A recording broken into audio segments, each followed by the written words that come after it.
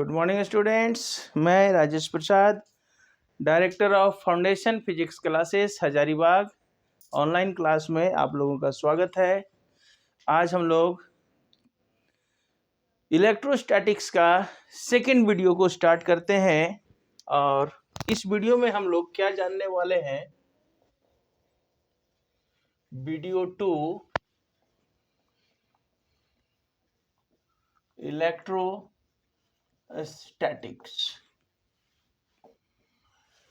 तो first video यानी introduction में हम लोग देखें कि इलेक्ट्रोस्टैटिक्स क्या है और कैसे हम लोग वस्तुओं को चार्ज करेंगे, है ना। तो हम लोग देखे थे कि जब हम लोग दो वस्तु को रगड़े तो रगड़ने के दौरान ट्रांसफर ऑफ इलेक्ट्रॉन हुआ और दोनों वस्तु चार्ज हुआ। तो एक बॉडी में कौन सा चार्ज आ गया था? पॉजिटिव चार्ज, क्योंकि उसने इलेक्ट्रॉन को लूज किया था। और दूसरे बॉडी में कौन सा चार्ज आ गया था? निगेटिव चार्ज, क्योंकि उसने इलेक्ट्रॉन को गेन किया था। इस तरह से हम लोग देखे कि चार्ज कितने तरह का हो गया था।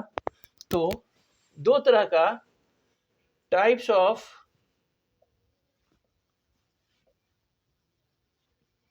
चार्जेस में हम लोग जानेंगे। देयर आर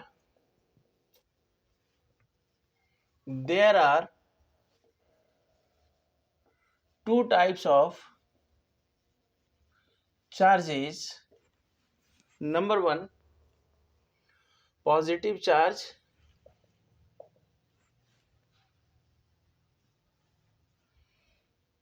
शॉर्ट में इसको प्लस VE भी दिखाते हैं। ये किस कारण होता है? Due to the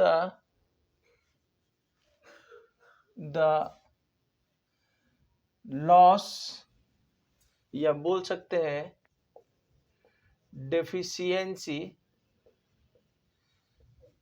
of electrons. और दूसरा है negative charge,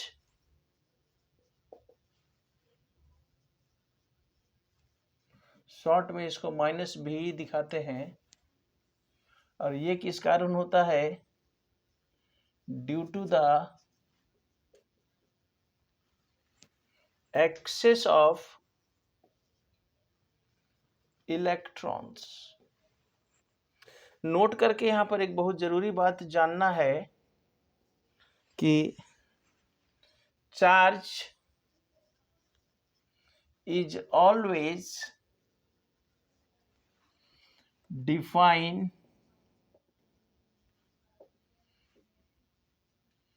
in terms of electrons. It means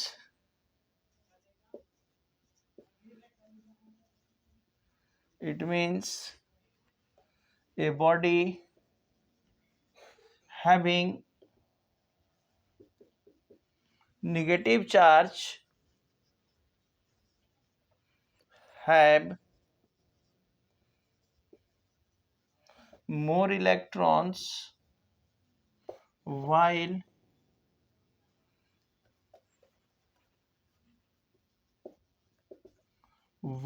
a body having positive charge have less electrons। ये मतलब है चार्ज का।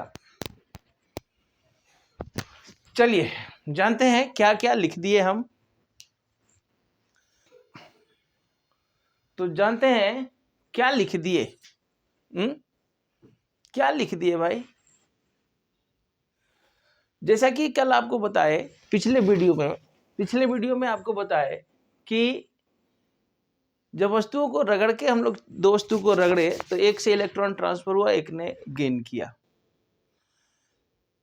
तो इस तरह से देखे थे हम लोग कि बॉडी ए पॉजिटिव चार्ज हो गया था क्योंकि उसने इलेक्ट्रॉन को लूज किया था, और बॉडी बी निगेटिवली चार्ज हो गया था क्योंकि उसने इलेक्ट्रॉन को गेन किया था। यानी कि दोनों बॉडी में जो चार्ज डेवलप हुआ उसी को हम लोग नाम दे देते हैं टाइप्स ऑफ चार्ज। एक इलेक्ट्रॉन के लॉस होने के कारण, दूसरा इलेक्ट्रॉन के गेन होने के कारण। तो इस तरह से चार्ज दो तरह का हो गया। There are two types of charges. कौन कौन? एक पॉजिटिव चार्ज। पॉजिटिव चार्ज किसके कारण होता है? Due to the loss of, loss यानी डेफिशिएंसी, कमी, लॉस ऑफ इलेक्ट्रॉन। इलेक्ट्रॉन के कमी के कारण किसी वस्तु में जो चार्ज आ जाता है वो उसको निगेटिव चार्ज कहा गया, सॉरी उसको पॉजिटिव चार्ज कहा गया। और दूसरा वस्तु जिसने इलेक्ट्रॉन को गेन किया, यानी उसमें इलेक्ट्रॉन का संख्या ज्यादा हो गया, तो उसको कहा गया है निगेटिव चार्ज, क्योंकि उसमें इलेक्ट्रॉन का गुना जाएगा। तो निगेटिव चार्ज किस कारण से? Due to the excess of electrons, due to the excess of electrons.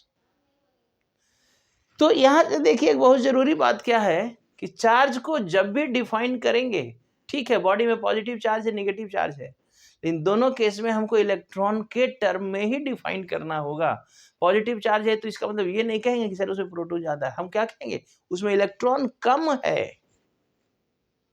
Positive charge है यानी उसने इलेक्ट्रॉन लूज किया, इलेक्ट्रॉन कम है उसमें। और अगर किसी में निगेटिव चार्ज है यानी उसने इलेक्ट्रॉन गेन किया, यानी उसमें इलेक्ट्रॉन ज्यादा है। वही बात लिख रहे हैं, ये चार्ज हमेशा, charge is always defined in terms of electrons. It means, define करने का मतलब क्या हुआ? A body having negative charge have more electrons.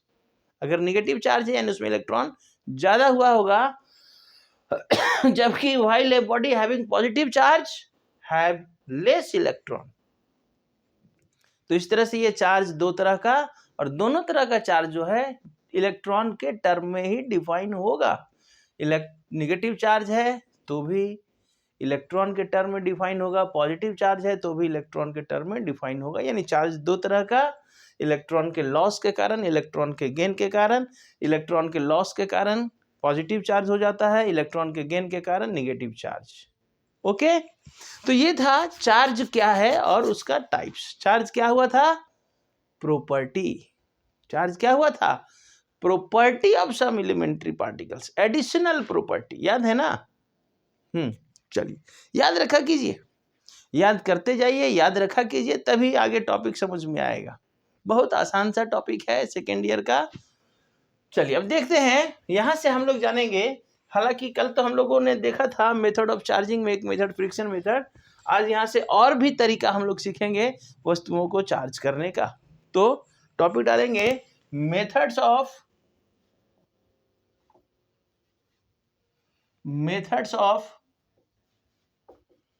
Charging a body. तो देयर आर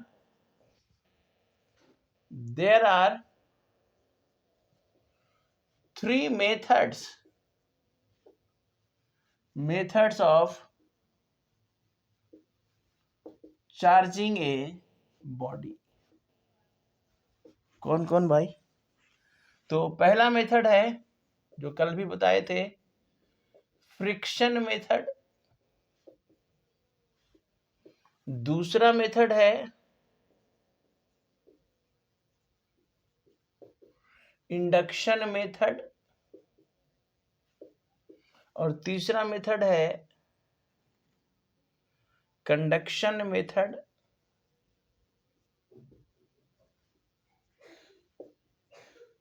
या इसी को हम लोग चार्जिंग बाय कांटेक्ट का भी नाम देते हैं।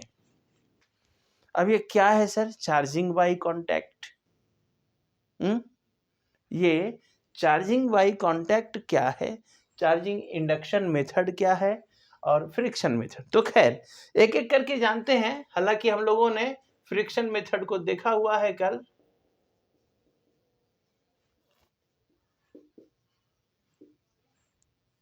फ्रिक्शन मेथड बताइए, फ्रिक्शन मेथड में कैसे वस्तुओं को चार्ज किया गया था? दो इंसुलेटेड न्यूट्रल बॉडी को आपस में क्या किया गया था? रगड़ा गया था। इन दिस मेथड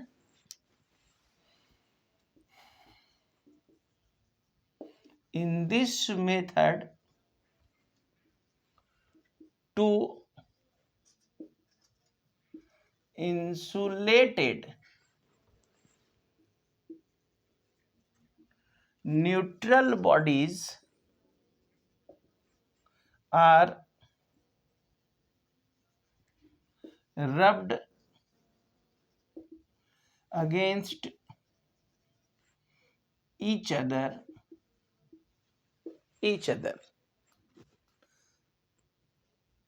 इस मेथड में क्या करते हैं? इस मेथड में two insulated neutral bodies, charge किसको किया जाएगा? चार्ज बॉडी को, वो तो चार्ज है। किसको किया जाएगा चार्ज? जो न्यूट्रल होगा, जिसमें चार्ज नहीं होगा, उसको ना।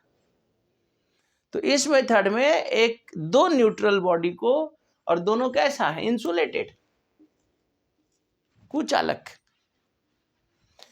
कंघी और बाल, ठीक है। तो इंसुलेटेड बॉडीज को हम लोग क्या करेंगे? आपस में रगड़ेंगे, फ्रिक्शन कराएंगे। ड्यूरिंग फ्रिक्शन क्या होगा? During friction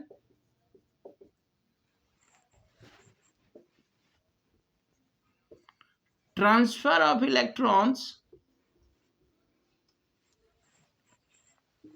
takes place from one body to the another body.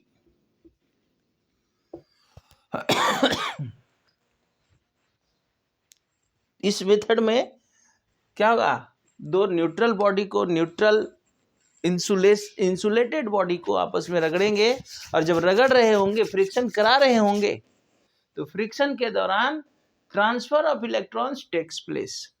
एक बॉडी से इलेक्ट्रॉन दूसरे बॉडी में ट्रांसफर होगा, ठीक है। और जब इलेक्ट्रॉन एक बॉडी से दूसरे बॉडी में ट्रांसफर होगा, hence both the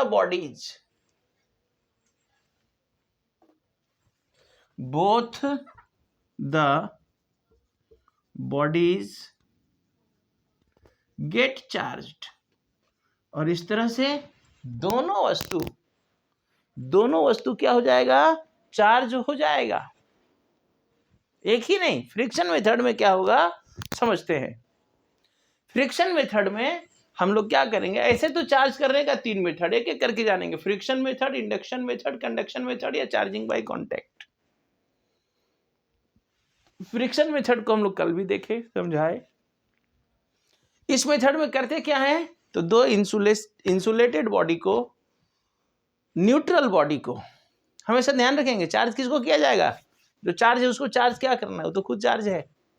neutral body को, न्यूट्रल इंसुलेटेड बॉडी को हम लोग क्या करेंगे? आपस में रगड़ेंगे। रगड़ने के दौरान transfer of electron takes place. रगड़ने के दौरान इलेक्ट्रॉन का ट्रांसफर होगा, और जब इलेक्ट्रॉन ट्रांसफर करेगा तब क्या होगा जी? दोनों बॉडी, एक ने इलेक्ट्रॉन को लूज किया, दूसरे ने इलेक्ट्रॉन को गेन किया, तो दोनों बॉडी ना चार्ज हो गया। यानी कि फ्रिक्शन मेथड में दोनों बॉडी चार्ज हो जाता है। अब देखते हैं कि कौन बॉडी कैसा चार्ज होता है। थोड़ा सा हम लोग फिगर बोर्ड को मिटाएंगे, ठीक है। लिखेंगे, आप लोग लिख लिए होंगे इधर। इस पोर्शन को मिटाते हैं।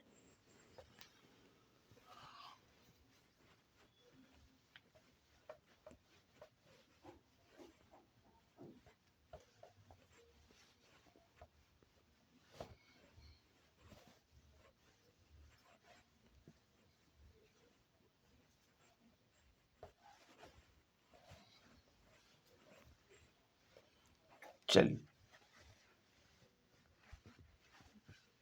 तो अब हम लोग कल वाले फिगर से ही जो बताए थे कि मान लिया जाए ये एक बॉडी ए है, जिसको कि दूसरे बॉडी बी से फ्रिक्शन कराया जा रहा है, रगड़ा जा रहा है।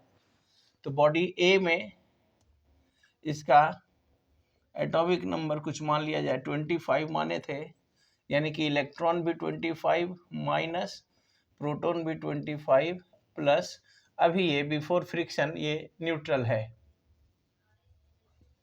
और इसमें हम लोगों ने मान लिया था एटॉमिक नंबर कुछ 17, यानी कि इलेक्ट्रॉन 17 माइनस और प्रोटॉन 17 प्लस, यानी अभी ये भी क्या था, न्यूट्रल था। लेकिन जब इनको आपस में रगड़ा जा रहा है तो माने थे कि 2 electron during friction 2 electron transfer हुआ, देन आफ्टर फ्रिक्शन क्या हुआ, तो बॉडी ए में क्या क्या रह गया भाई, देखिए तो इसमें इलेक्ट्रॉन 2 चला गया तो 23 माइनस, इन प्रोटॉन तो जितना था उतना ही रह गया ना 25 प्लस, यानी कि इसमें 2 पॉजिटिव चार्ज का प्रोटॉन का नेचर आ जाएगा, प्रोटॉन के नेचर को पॉजिटिव, और इसमें बी में क्या हो जाएगा, बी में इलेक्ट्रॉन जो है 19 माइनस और प्रोटॉन जो है 17 प्लस, यानी इसमें 2 माइनस, यही ना होगा। क्या, तो इस तरह से आप देख रहे हैं कि दोनों वस्तु चार्ज हुआ, वही बात तो लिख रहे हैं, एक ने इलेक्ट्रॉन को लूज किया, दूसरे ने इलेक्ट्रॉन को गेन किया, तो दोनों वस्तु ना चार्ज हुआ। कैसा चार्ज हुआ देखिए तो, ध्यान दीजिए तो, अगर ए में 2 प्लस चार्ज हुआ तो बी में 2 ही माइनस, क्योंकि ए जितना इलेक्ट्रॉन लूज करेगा बी उतना ही इलेक्ट्रॉन गेन करेगा। यानी कि हम लिख सकते हैं in this method both the objects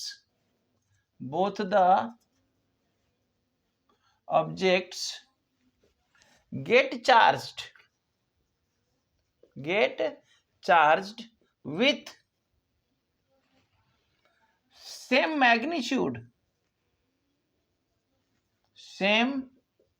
magnitude but, लेकिन नेचर कैसा, अपोजिट, एक प्लस तो एक माइनस, अपोजिट इन नेचर। क्या समझ में आ रहा है कि इस मेथड में, फ्रिक्शन मेथड में क्या किए, देखिए नाम से कितना आसान है, समझने का कोशिश कीजिए कितना आसान है। फ्रिक्शन, घर्षण, 2 न्यूट्रल वस्तु लिए, दोनों को आपस में क्या किए, रगड़े, दोनों चार्ज हो गया। कैसे चार्ज हुआ, तो रगड़ने के दौरान ध्यान रखेंगे transfer of electron takes place, इलेक्ट्रॉनों का ट्रांसफर हुआ एक बॉडी से दूसरे बॉडी में। अब जिसने इलेक्ट्रॉन को लूज किया होगा, जैसे यहां हम एक एग्जांपल लेके समझा रहे हैं कि ए इलेक्ट्रॉन को लूज किया फ्रिक्शन के दौरान, बी ने गेन किया होगा। अब जब ए ने लूज किया, बी ने गेन किया, तो ए में क्या आ जाएगा, पॉजिटिव चार्ज, और बी ने गेन किया यानी बी में निगेटिव चार्ज। लेकिन कितना पॉजिटिव कितना निगेटिव देखिए तो जितना इलेक्ट्रॉन ए ने लूज किया होगा बी ने उतना ही गेन किया होगा, यानी कि जितना प्लस ए में उतना ही माइनस बी में। इसीलिए लिखते हैं in this method both the objects get charged, इस मेथड में दोनों वस्तु चार्ज होता है विथ सेम मैग्नीट्यूड दोनों का सेम, एक में 2 दूसरे में भी 2, लेकिन एक में +2 दूसरे में -2, वही कह रहा है same magnitude but opposite in nature. लेकिन दोनों बॉडी के चार्ज का नेचर कैसा, अपोजिट, एक में पॉजिटिव चार्ज आएगा दूसरे में निगेटिव चार्ज आएगा। ओके, अब हम लोग यहां पर देखते हैं कभी कभी ऐसा कुछ पेयर को रगड़ करके पता किया गया कि किसमें कौन सा चार्ज आता है। कभी कभी ऐसा क्वेश्चन आ जाता है कि सिल्क को ग्लास रॉड से अगर रगड़ते हैं तो उसमें कौन सा चार्ज आएगा।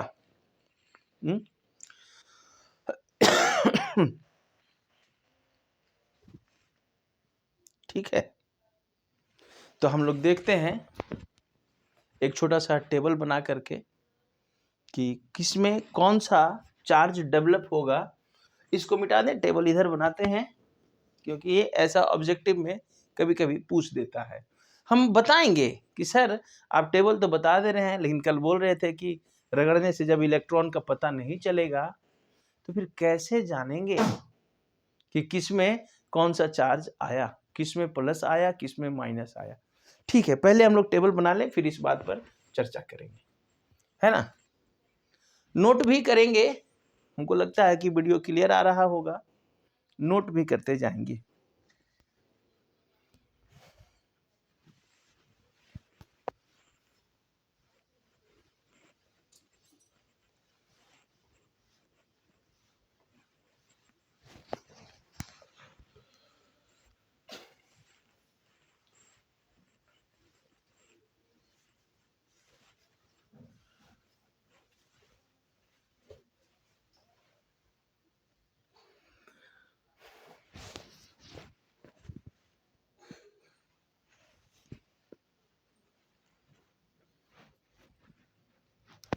तो यहाँ पर एक टेबल बनाएंगे,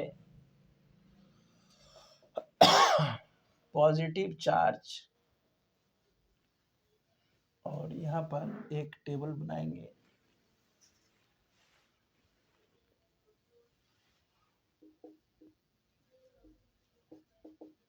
नेगेटिव चार्ज का।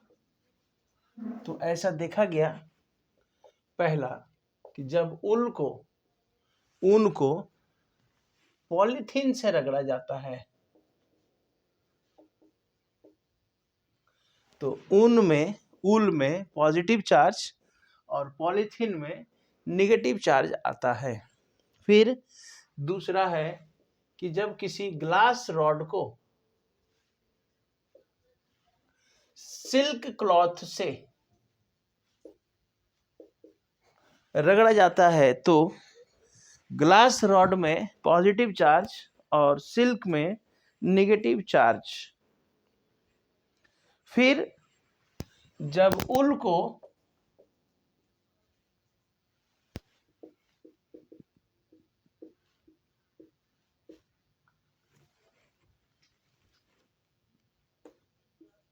एबोनॉइट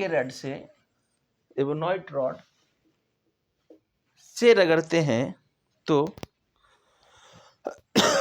फिर से ऊल में पॉजिटिव चार्ज, एबोनॉइट रॉड में नेगेटिव चार्ज। फिर ड्राई हेयर को जब प्लास्टिक कॉम्ब से रगड़ते हैं, कंघी से, तो dry hair becomes positively charge and the comb becomes negatively charge. ठीक उसी तरह से फर यानी मोरपंख, फर को जब हम लोग रबर से रगड़ते हैं तो fur becomes positively charge and rubber becomes negatively charge. ठीक है, इसी तरह से एक और एग्जाम्पल है, अगर फर को एम्बर नामक ऑब्जेक्ट से रगड़ेंगे तो ये इस तरह से, और भी ये पेयर पता किया गया रगड़ रगड़ करके, और देखा गया कि कुछ में पॉजिटिव चार्ज पाया गया, कुछ में नेगेटिव चार्ज। अब आते हैं जो मेन बात है कि सर ये कैसे पता चला। आप 2 दिन से बोल रहे हैं, बता नहीं रहे हैं। इलेक्ट्रॉन तो दिखेगा नहीं तो फिर पता कैसे चलेगा सर? ये माना हुआ कंसेप्ट है क्या? नहीं, माना हुआ कंसेप्ट नहीं है। ये जब रगड़ा गया तब देखा गया। सर कैसे देखा गया? इलेक्ट्रॉन तो दिखा नहीं, प्रोटॉन भी नहीं दिखा। हाँ, बहुत अच्छी बात है, नहीं दिखा। फिर सर ये कंसेप्ट आया कैसे कि किस में पॉजिटिव चार्ज? चलिए, अभी हम बात कर रहे थे कि रगड़ने के दौरान क्या हो रहा है, इलेक्ट्रॉन का ट्रांसफर। बहुत अच्छा, लेकिन रगड़ने से पहले अब सर किससे किस में इलेक्ट्रॉन ट्रांसफर हुआ होगा, इसके लिए क्या किया गया ना, मास का कंसेप्ट अप्लाई किया गया। रगड़ने से पहले दोनों वस्तुओं का मास मेजर कर लिया गया। समझ में आया? और फिर रगड़ने के बाद दोनों का मास मेजर किया गया। और देखा गया कि रगड़ने के बाद एक का मास बढ़ गया, एक का मास घट गया। अब क्या हुआ होगा भाई? मास किसका बढ़ा होगा, मास किसका घटा होगा? क्योंकि चार्ज तो दिखेगा नहीं, लेकिन मास तो मेजर कर सकते हैं ना। मास तो मेजर कर ही सकते हैं। हाँ, मास मेजर कर सकते हैं। तो मास के कंसेप्ट से ये पता चला कि कौन पॉजिटिव हुआ, कौन निगेटिव हुआ। कैसे? तो बताइए। जिसने इलेक्ट्रॉन लूज किया होगा, जिसने इलेक्ट्रॉन लूज किया होगा, कौन सा चार्ज आया होगा, या फिर चार्ज छोड़िए, उसका मास क्या हुआ होगा? तो जिसने इलेक्ट्रॉन लूज किया होगा उसका मास घट गया होगा ना, और जिसने इलेक्ट्रॉन गेन किया होगा उसका मास बढ़ गया होगा। समझ में आ रहा है बात? क्योंकि इलेक्ट्रॉन में चार्ज के साथ, चार्ज तो एक्स्ट्रा प्रॉपर्टी है उसका, मास तो उसका नेचुरल प्रॉपर्टी है। यानी इलेक्ट्रॉनों में मास भी था। तो इलेक्ट्रॉन जब एक वस्तु से दूसरे वस्तु में गया तो खाली चार्ज लेके गया, मास यहीं छोड़ दिया अपना वाला नहीं। तो जब इलेक्ट्रॉन किसी बॉडी से निकला तो अपने चार्ज के साथ साथ मास भी वहां से लेके निकला। यानी कि अगर 4 इलेक्ट्रॉन निकला होगा तो 4 इलेक्ट्रॉन का जितना मास होगा बॉडी ए में, अगर 2 इलेक्ट्रॉन निकला तो बॉडी ए का मास 2 इलेक्ट्रॉन के मास के बराबर घट गया होगा, और बॉडी बी में 2 इलेक्ट्रॉन आया तो बॉडी बी का मास 2 इलेक्ट्रॉन के मास के बराबर बढ़ गया होगा। समझ में आ रहा है कंसेप्ट? ये कंसेप्ट है। अब देखिएगा, आपको जब असाइनमेंट मिलेगा देखिएगा, बहुत सारा एचसी वर्मा में भी एक क्वेश्चन है कि 2 वस्तुओं को रगड़ के चार्ज किया गया है, बताइए उनके वेट में क्या इफेक्ट पड़ा होगा।